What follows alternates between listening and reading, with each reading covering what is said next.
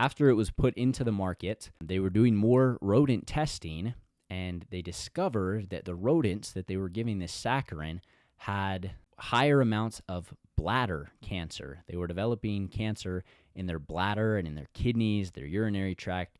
And upon further investigation, they found that there was a lot of damage. There was a lot of sort of like cuts and just cellular damage to the cells of these rodents' bladders. And that damage and having to repair and regrow cells and constant damage and regrowth is what led to this bladder cancer in the rats.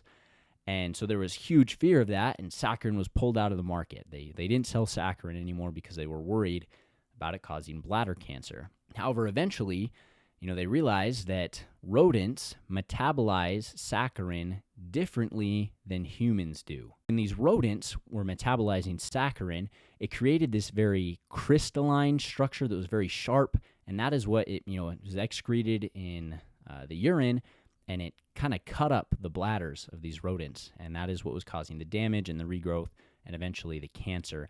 However, humans do not metabolize saccharin in the same way. We do not form that crystalline structure, and saccharin does not increase the risk in humans of bladder cancer.